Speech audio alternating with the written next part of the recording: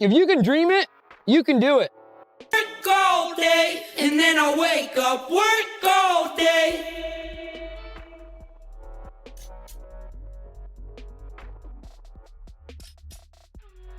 The facts of what happened in Rio de Janeiro on June 14, 2026 are tragic enough on their own without false narratives being layered on top of them. So let us get into everything. Oliver Tree, the American singer, songwriter, director, and performer, was one of those 6 people. He was 32 years old. Also among those who lost their lives were Gaspar Prim, known online as Gaspy.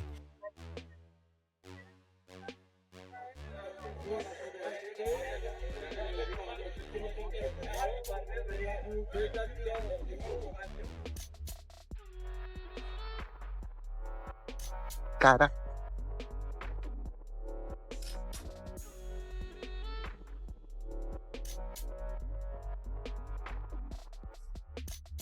Infelizmente, foram encontradas 5 vítimas sem vida na primeira aeronave, que estava em chamas, e uma vítima sem vida na segunda aeronave, que não estava em chamas. Então, um total de 6 óbitos no local.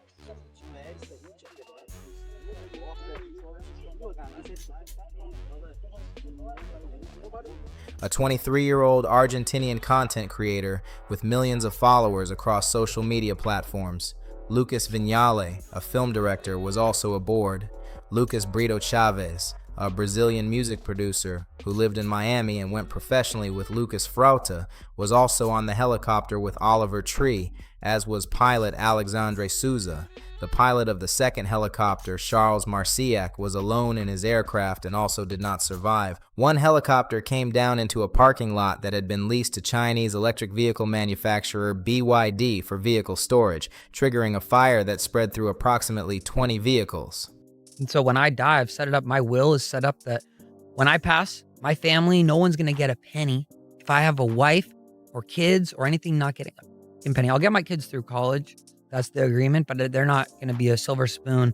They're taken care of because my dad worked on some stuff in the 2000s. When I die, all the money's going to go back to artists. So I've set up a foundation. It's called Dr. Oliver Tree's Art Grants for Baby Geniuses. And it's set up so that basically the interest generated from my music will take mostly that, but there's also room for other money because when I die, my art will continue. The batteries in electric vehicles are extremely difficult to extinguish and can ignite explosively when punctured, which is almost certainly what intensified the blaze at that site. The second helicopter came down approximately 100 meters away.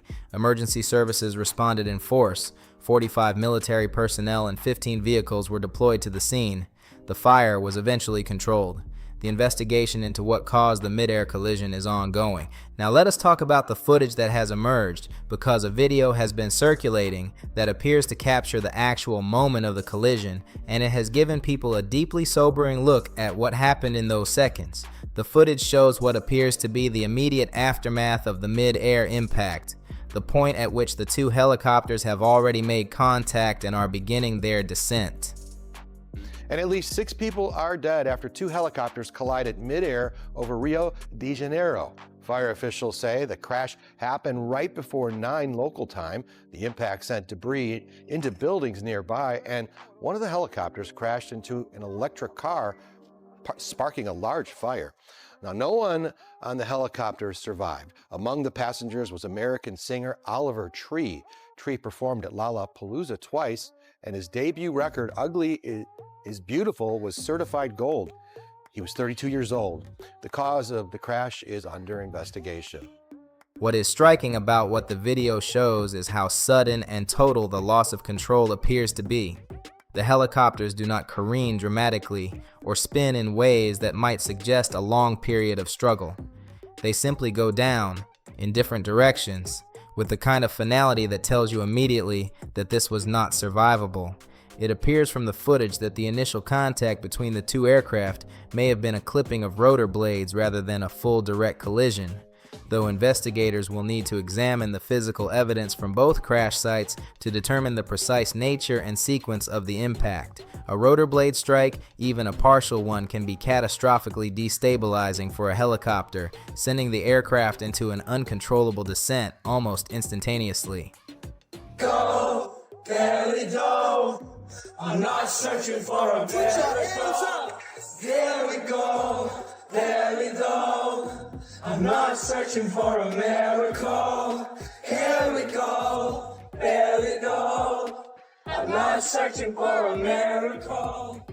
The footage appears consistent with that kind of scenario, though again, official investigation will determine the definitive cause.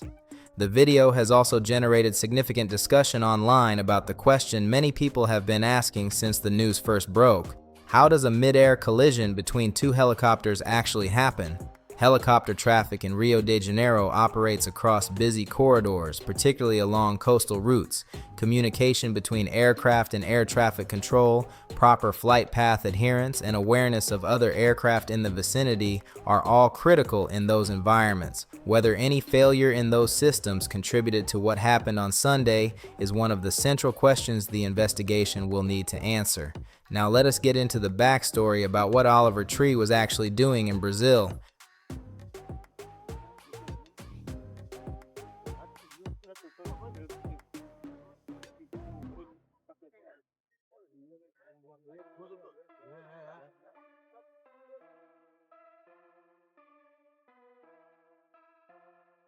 Na primeira aeronave, que estava em chamas, existiam muitos veículos elétricos que estavam também incendiando junto com a aeronave. Então é um incêndio complicado de se combater, são baterias de íons de lítio, um incêndio que produz muita energia.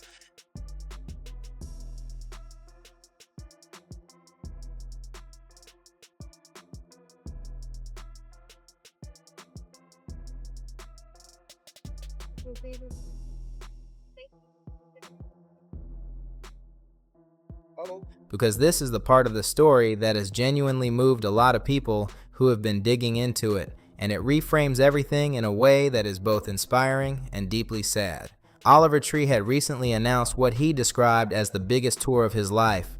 According to his own Instagram post, he was embarking on what he called the world's first tour, playing shows on all 7 continents, covering more than 30 countries and more than 70 shows across a single year.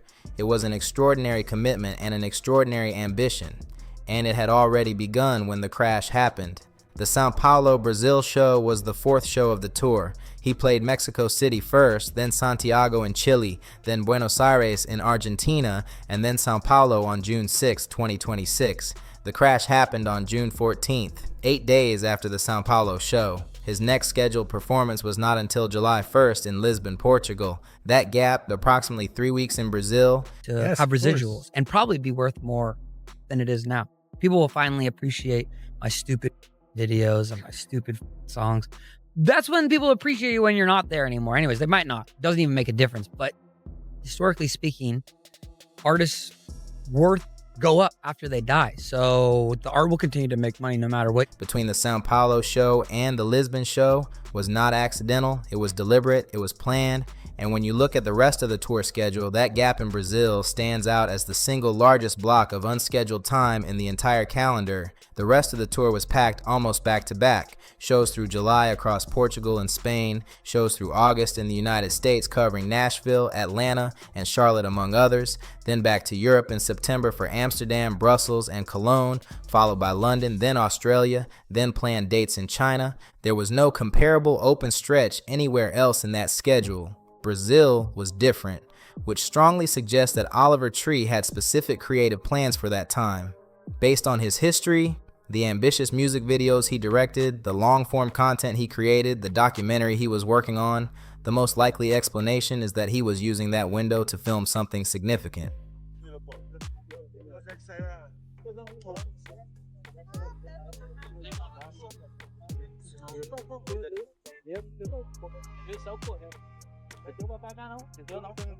Foi um barulho assim, tum, aí depois foi outro estrondo bem alto e foi aí que a gente saiu pra poder ver o que era, e quando a gente viu, eram uns destroços voando, porta, e a gente... O meu namorado achou que fosse um carro, aí eu falei, não, isso não é um carro, era porta de helicóptero. E aqui perto tem um heliponto ali, e aí eu falei, Juan, isso foi um helicóptero, só que eu não sabia que tinha sido uma colisão.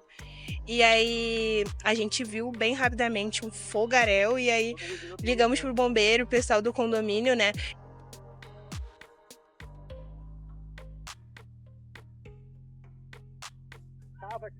A music video, a short film, a documentary segment. something that required extended time on the ground in Brazil and that justified keeping that stretch of the schedule deliberately open. The connection to Gaspar Prem, the Argentinian YouTuber who also passed in the crash, adds another layer to this picture. Oliver Tree had recently performed in Buenos Aires. He had clearly been spending time and building connections within the South American creative community. The presence of Gaspy on that helicopter alongside him, along with Lucas Vignali, who was a film director, strongly supports the idea that creative work of some kind was either underway or being planned.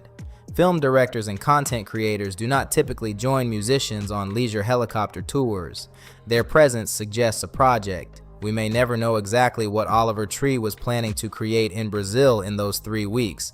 That work, whatever it was, is now gone alongside him, and that loss of the creative output that will never exist sits alongside the personal loss of the man himself. Now let us talk about Oliver Tree's final album, because the story behind it is genuinely remarkable, and it is also what has unfortunately fueled the conspiracy theories now circulating online.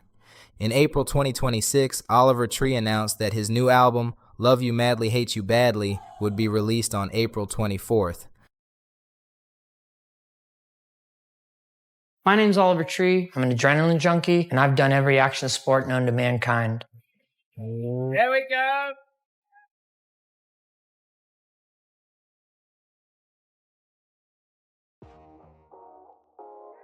Yeah! Woo!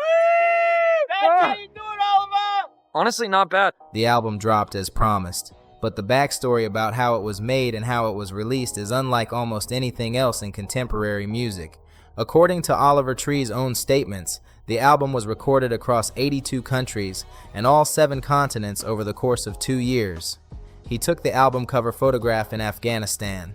He had been, in the most literal possible sense, traveling the entire world while making this record, not as a promotional narrative constructed after the fact, but as the actual method through which the music was created. He announced an accompanying feature-length documentary about his time in Antarctica as part of the project. 17 songs, 82 countries, 7 continents, 2 years of sustained global travel woven directly into the creative process of making an album. It is one of the most genuinely ambitious creative undertakings any artist has documented in recent memory. And then there is the label situation. Oliver Tree publicly stated that he had left Atlantic Records and would be releasing the album independently through his own label, Alien Boy Records. He described Love You Madly, Hate You Badly as the album he had fought hardest for, written and produced entirely by himself. By releasing it independently, he retained full ownership and full financial benefit from the work. Every dollar the album generated would be his. That combination, an artist leaving a major label, releasing independently, and then dying unexpectedly just 2 months after the release, has been picked up by conspiracy communities online and assembled into a theory suggesting that his tragedy was not accidental. The argument being made in those circles is that his departure from Atlantic Records represented a threat or a message to the music industry, and that the crash was somehow orchestrated as a consequence. We want to be direct. This theory has no credible evidence supporting it. Mid-air helicopter collisions, while rare, happen as the result of mechanical failure, navigational error, communication breakdown, or other aviation-related causes. The idea that a record label would orchestrate the tragedy of 6 people, including 2 helicopter pilots and a well-known Argentinian content creator, to send a message about independent music distribution is not credible by any standard of reasonable analysis. The investigation into the crash is underway through proper Brazilian aviation authorities, and nothing in what has been reported publicly points toward anything other than a tragic accident. What the conspiracy discussion has done, however, almost despite itself. My name's Oliver Tree, and last summer I built the world's biggest scooter.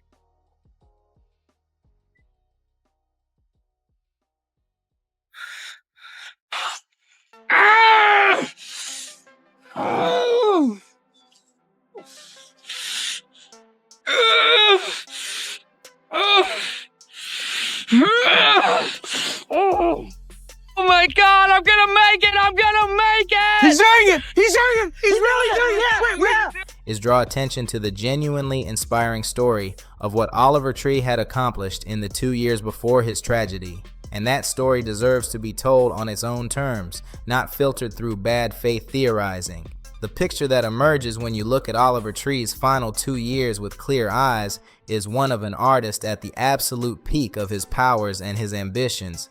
He had the idea to make an album by traveling the world. He executed it. Over 2 years, he went to 82 countries, all 7 continents, recorded music in environments most people will never visit, and documented the entire journey. He fought his record label for the right to release this work on his own terms, won that fight, launched his own label, and put the album out independently. He then announced a world tour on a scale that matched the ambition of the album. All 7 continents, 30 plus countries, 70 plus shows. And he was 8 days into that tour on one of the few planned creative breaks in the schedule when the crash happened. He was 32 years old. And in the years before, he had seen more of the world, created more deliberately, and lived more fully than most people manage across an entire lifetime. That is not a consolation for losing him. It does not make the loss smaller or the grief easier, but it is worth sitting with, the fact that Oliver Tree did not wait to live his life. He did not defer the big ideas or the ambitious plans. He went out and did the things he wanted to do, saw the places he wanted to see, did the work he wanted to make on his own terms, all the way to the end. That genuinely moves people. The comments and tributes that have been flowing since yesterday are full of people saying exactly that learning about what he had been doing in those final years has made them want to travel more, create more, commit more fully to the lives they want to live rather than the lives they default into out of comfort or convenience. That is an extraordinary legacy for a 32-year-old to leave behind. The investigation into the cause of the crash continues. Brazilian aviation authorities are working through the physical evidence from both crash sites, reviewing flight data and communication records, and working to determine the precise sequence of events that led to the collision. That process takes time and should be allowed to proceed without interference from speculation or narrative construction. What can be said with certainty right now is that 6 people passed in Rio de Janeiro on Sunday morning. When you're angry, you're a jerk, and then you treat me like I'm working outside, and you go flat.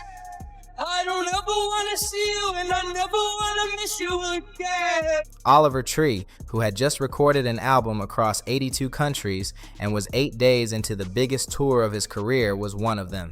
Gaspar Prim, a 23-year-old who had built a significant audience and had been openly honest about his personal struggles in ways that helped people, was one of them. Lucas Vignale, a film director, Lucas Brito Chavez, a music producer, Alexandra Souza, the pilot, Charles Marcillac, the pilot of the second aircraft. 6 people, 6 full lives, 6 families dealing with an irreversible loss that arrived on a Sunday morning without any warning. Whatever the investigation reveals about the technical cause of the collision, that fundamental reality does not change, and it is what every conversation about this story should keep returning to. And there is one more dimension to all of this that deserves real attention, because it speaks to something about Oliver Tree specifically that has been coming up again and again in the tributes and reactions pouring in from people who knew his work. Oliver Tree was not an artist who played it safe. At every stage of his career, he made choices that prioritized creative vision and personal authenticity over commercial calculation. Leaving Atlantic Records and releasing Love You Madly, Hate You Badly independently was not a spontaneous decision made in a moment of frustration. It was the culmination of a long and deliberate process of building toward full ownership of his own work. He spent years building his audience, establishing his identity, and accumulating the creative credibility that gave him the leverage to walk away from a major label deal and release music entirely on his own terms.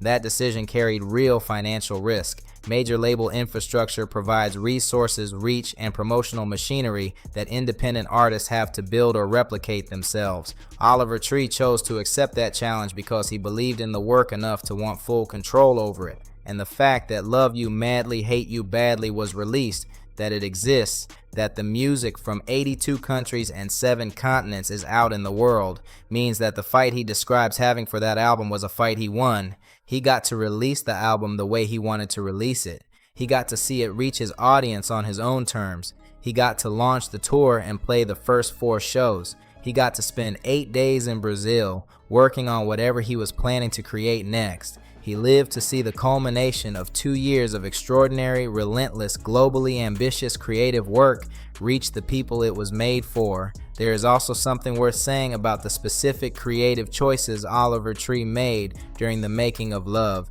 You Madly Hate You Badly, because they tell you a great deal about who he was as an artist and as a person in those final years. Traveling to 82 countries to make a record is not a practical decision. It is not the most efficient way to produce an album. It requires enormous personal commitment, physical endurance, logistical complexity, and a willingness to put the creative process ahead of comfort and convenience in the most literal possible way. Most artists who want to make ambitious, globally influenced music do not actually go to the globe to do it. They reference it, they sample it, they collaborate remotely. Oliver Tree went.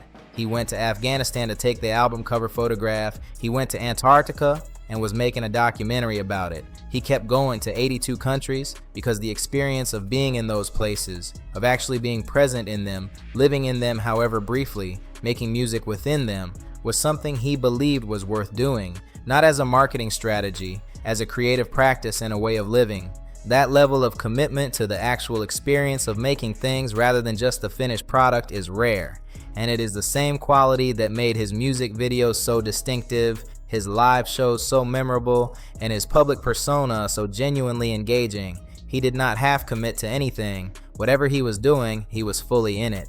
Losing someone with that quality of presence and commitment, that specific and rare way of moving through the world, is a loss that goes beyond the catalog of work they leave behind. It is a loss of a way of being that does not get replaced. The tour schedule that Oliver Tree had mapped out before his tragedy also tells you something important about the scale of his ambitions and the stage his career was at when everything stopped.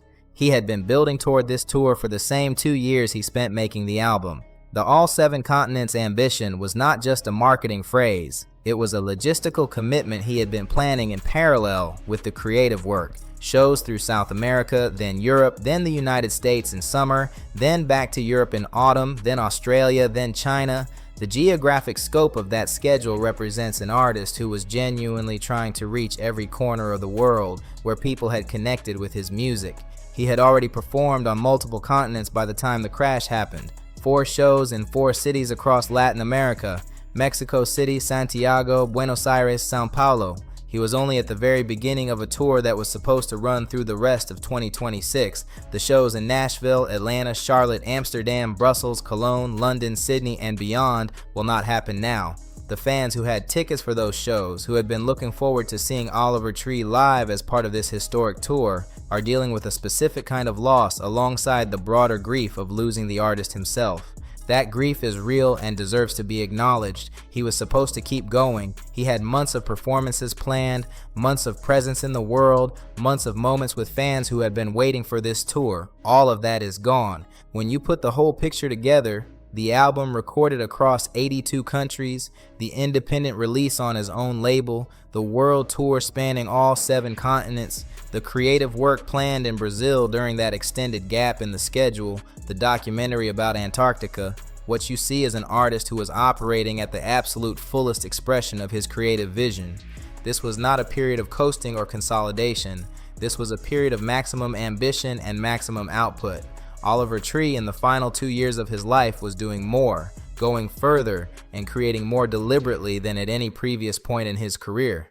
He had the resources to do it, the creative confidence to shape it exactly the way he wanted, and the audience to receive it. Everything was aligned, and he was in Brazil, 8 days into the biggest tour of his life, using a deliberately planned gap in his schedule to create something new. When 2 helicopters collided in the sky above Recreo dos Bandeirantes and changed everything. He did not waste time, he did not play it safe, he lived the life he wanted to live, made the work he wanted to make, and went out there and showed it to the world. Rest in peace, Oliver Tree. 32 years old, 82 countries, 7 continents, one of a kind. We will be here with every update as the investigation continues and as more details emerge. Subscribe, turn on notifications, and take care of yourselves out there.